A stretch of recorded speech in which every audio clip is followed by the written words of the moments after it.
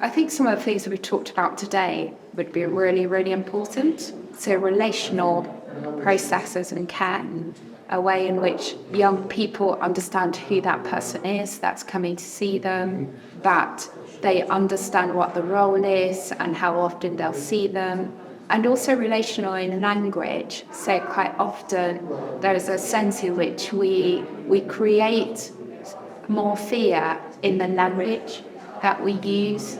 So even our letters and our communication needs to be better and more relational in the process of what's happening. I think also lots of information. How do we give information though, and how is that? So how do we signpost people to the right things in the right way? And how are we supportive and connected in the way that we do that? You know, I do think the hostile environment is horrific. I don't think it is within the human rights and the intentionality of those human rights that we should all be abiding by. And therefore to have a hostile process and a hostile nation, I think is counterintuitive. It doesn't help people. It increases the distress and the difficulties experienced and puts people out of control. Yeah. The other thing I think that we should have is supporting people to have as much control as they can. So, for example, doing things that are shared in the decisions being made so that children and young people's voices are heard. How do you think that can be done in a way? So even in the simple stuff around making decisions about the food you have, that's a simple thing in which you could start off with, but also making decisions around where you're going to live, what school you're going to go to, the education that you might want or not want, but also, you know, the legal process and how you tell your story and with who you tell your story and what needs to be in place for you to feel safe, rather than other people controlling the situation and taking it over. I also think some goals would be great. So thinking about goals as what are the goals that we can all work towards together, and how do we know what the distance travel are so that we can understand the needs of children and young people to follow those goals. So setting goals together, it's not your goal or their goal, but something that we do together that supports that young person to have control. I think one of the huge barriers is the Home Office, which is under-resourced, understaffed. The staff aren't that well trained, and so the asylum process takes many years. If they could adopt a more flexible, quicker system where people got their initial interview within 6 months, I think it would become a much more humane system. Because part of the problem, as I'm sure you've experienced, is this waiting and not knowing when you're going to get called for an interview, when things are going to happen, whether you've been forgotten. And if that goes on for years, it produces all sorts of mental health problems, stress, even physical problems. So that would be something that could be done to improve things. I think also allowing young people to work, so taking away the fact that until you have leave to remain you can't work, would also be beneficial, because in having some useful activity, you've all got involved with research, which is wonderful, but most asylum seekers, young people, don't have the opportunity. The other area that needs reform is the legal system, because part of the wait is for people to have their appeals heard in court, at tribunals, and that can take maybe a year's wait. So again, the legal system is under-resourced, the legal aid funding has been cut, so more solicitors that can access legal aid and give good advice would be really helpful. I think, the focus of today has been focusing on the trauma-informed, and I think there needs to be more done in educating people that are there to support unaccompanied minors and refugees coming into the country.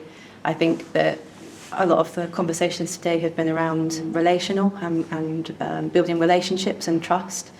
I think there needs to be more done on sharing communications. I think there's a lot of fragmentation. And I think so more joined up practice would be really beneficial too. But I think it needs to start with conversations. People need to be willing to engage and think and listen to what is being said by young people, because I don't think there's enough of that that's being done. And how do you think that can be done? I think, again, it comes through education.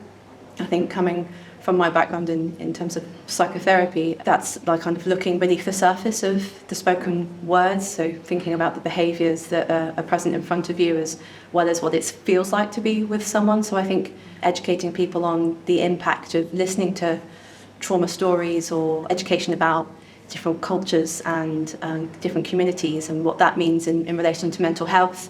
Just for the basics of being interviewed and being spoken to in that kind of way, what does it mean for people coming from different places? So I think it's about further education and improving communication.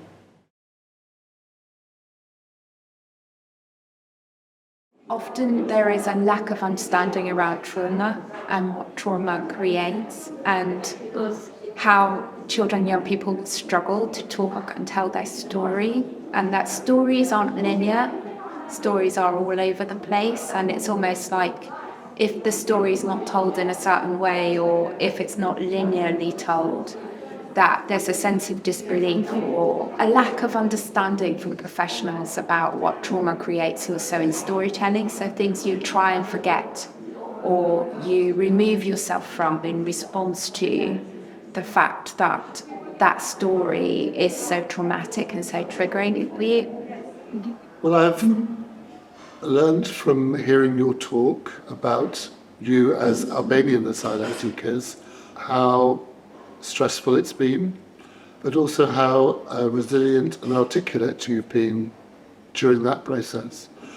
I may be wrong, but you seem to, despite everything, and still some of you are still to experience, have an enormous amount of resilience. And so that was quite moving, actually. I think because you're a group and you talk together and you have support of an organisation, you're actually very lucky. Many asylum seekers who are young people do not have that support, and they're very much on their own without any support, very much. So much from today. I think it's been great to meet people such as yourself, and what has been really helpful is to hear the kind of first person perspective and not a collective of, we all come from here and this is what the experience is like, actually hearing all of your individual perspectives of where you've come from, how you've come to be, what you're looking for. Because again, I think there's an assumption that everybody coming to the UK is looking for one thing or the other, and that isn't always the case.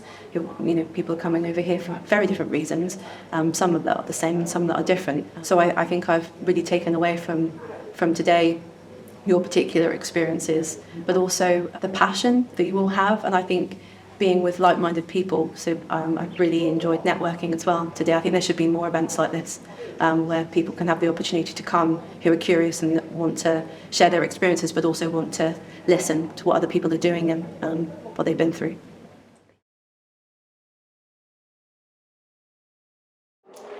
I think it's a really complicated picture for Albanian young people. There's the whole kind of media stuff, which is absolutely outrageous, that one story is told about any Albanian child that's come across, and that people believe that to be true, and actually know that just because it might be true about one person, it doesn't mean it's true about everyone else.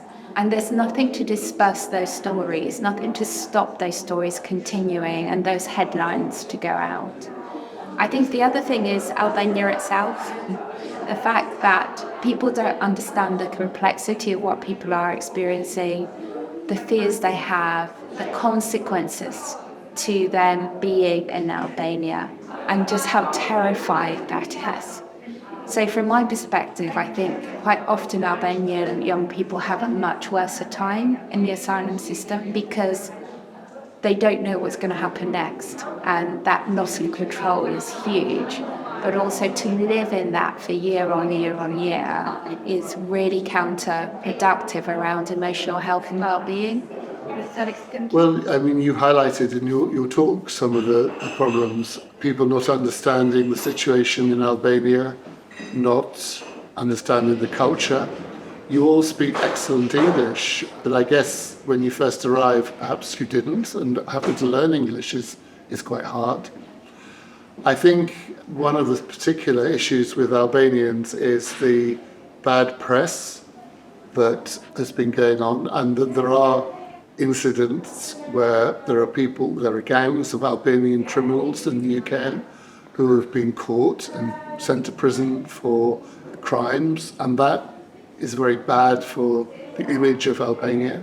I also think the understanding of the UK government about Albania is limited. So it's not like Afghanistan or Iraq, Iran, where they accept that it's dangerous. There's this sort of feeling that actually Albania is safe, and so people don't need asylum. And I think that's a big barrier for Albanian asylum seekers. I think Albanians really have a lot of biased opinions kind of shoved on you shoved on them when they're coming into the country. I think that there's a lot of political and societal battles that are faced, as well as then all the policies and the procedures and the different steps that are currently in place within the Home Office and through the government. So I think that there's a lot of those things that are get in the way of being able to achieve the things that you want, people want to be able to get out of coming to the UK, and the safety and survival side of things.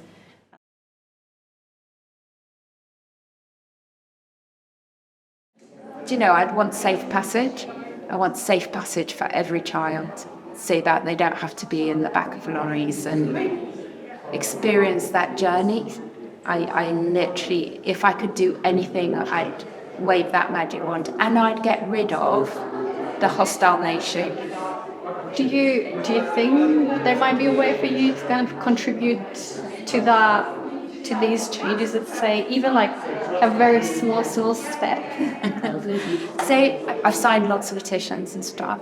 I've also tried to be really supportive of unaccompanied children that I know, and had tried to give them as much of a relationship that is useful to them, rather than for them to feel like my job is just as a therapist or whatever. And also, the other thing I've tried to do is to share my learning with others, so that others also hopefully can have a bit of that going forward in the future.